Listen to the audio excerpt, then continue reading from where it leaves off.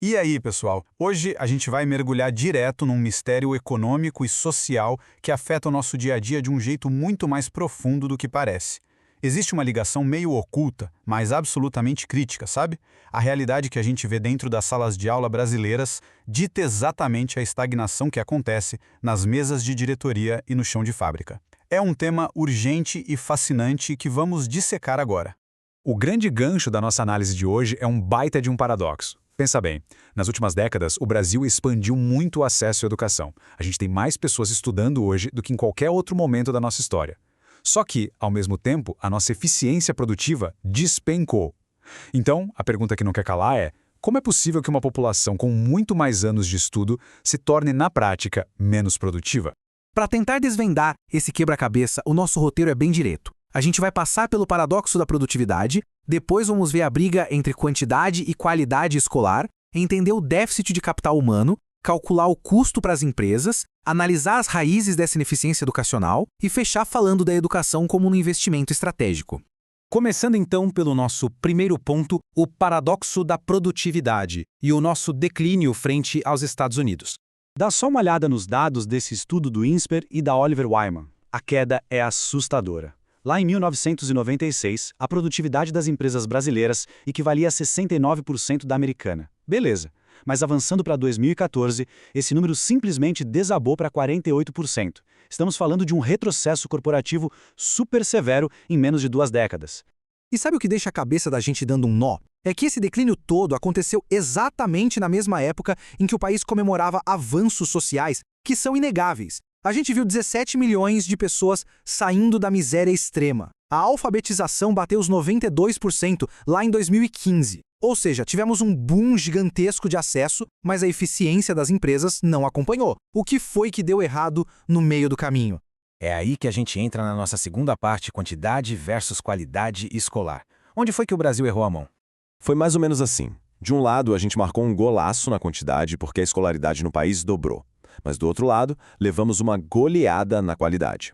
Nos testes do PISA da OCDE, que medem o aprendizado global, o Brasil ficou lá estagnado no modesto 60º lugar, num ranking de 67 nações em 2015. Resumindo a ópera, o sistema foi ótimo em colocar os jovens sentados nas cadeiras das escolas, mas falhou feio em entregar excelência cognitiva real. Eles estão lá, mas não estão aprendendo o necessário. E o reflexo dessa falta de qualidade bate forte lá na frente. Quando a gente olha para a juventude de 18 a 24 anos, 24% desses jovens brasileiros simplesmente não estudam nem trabalham. Estão totalmente desconectados do sistema. Para vocês terem uma ideia, a média dos países da OCDE é de apenas 15%. É quase 1/4 dos nossos jovens num desperdício gigantesco de talentos. Então vamos entender a mecânica disso na nossa terceira parte, o déficit de capital humano, que é a engrenagem quebrada dessa história toda. O conceito econômico de capital humano é absolutamente crucial para a gente entender esse problema. Olha só, não se trata apenas de fazer uma contagem de quantas pessoas têm um diploma na parede. O que importa é a qualificação real desses trabalhadores. E isso exige, sim, tempo de escolaridade, mas obrigatoriamente exige qualidade. Passar anos dentro de uma sala de aula sem absorver conteúdo e sem desenvolver pensamento crítico não gera a força motriz que a nossa economia precisa. E a relação disso com o dia a dia das empresas é muito direta. Funciona assim: sem uma base educacional sólida, o trabalhador simplesmente não tem as ferramentas cognitivas para utilizar as novas tecnologias ou o capital físico de uma forma eficiente. A empresa pode ir lá e investir milhões no maquinário de ponta ou na última geração de softwares, mas o retorno vai ser pífio se a equipe não tiver a base para operar, adaptar e inovar em cima disso. A ineficiência produtiva crônica das nossas empresas é um reflexo exato, um espelho desse apagão educacional.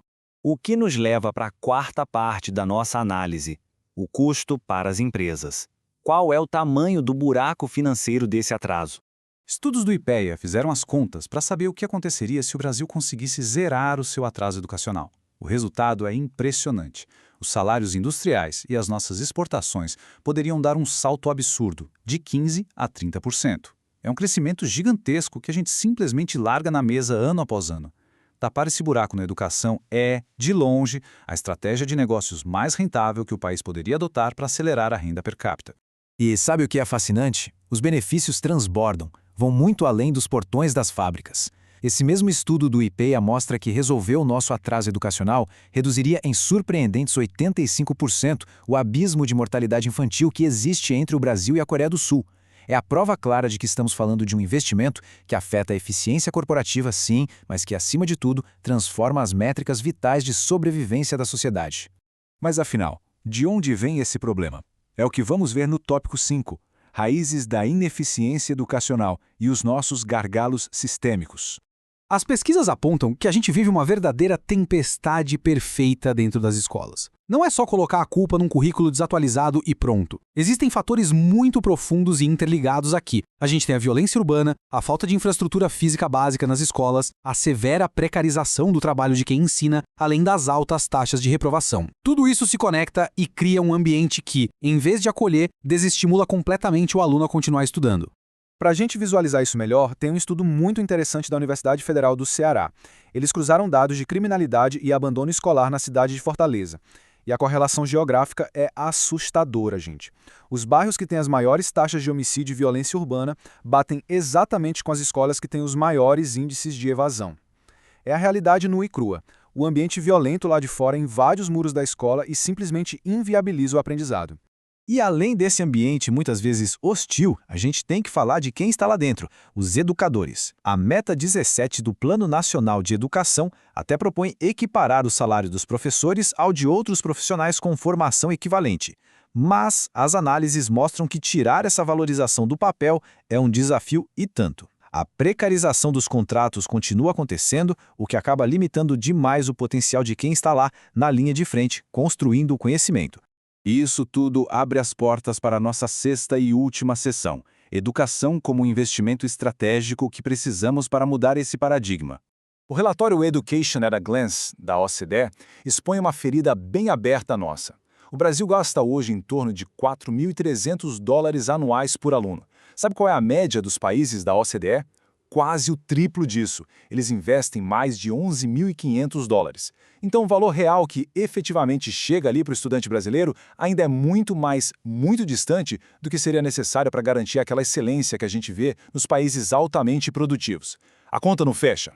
E a conclusão lógica que a gente tira de toda essa montanha de dados pode ser perfeitamente resumida nesta frase da Universidade Federal da Integração Latino-Americana: educação não é gasto, é investimento. O recurso que a gente coloca na sala de aula retorna na forma de inovação, eficiência e ganho real de produtividade para a economia. Continuar enxergando o orçamento educacional como uma simples despesa numa planilha é uma miopia econômica que custa literalmente o futuro do nosso país.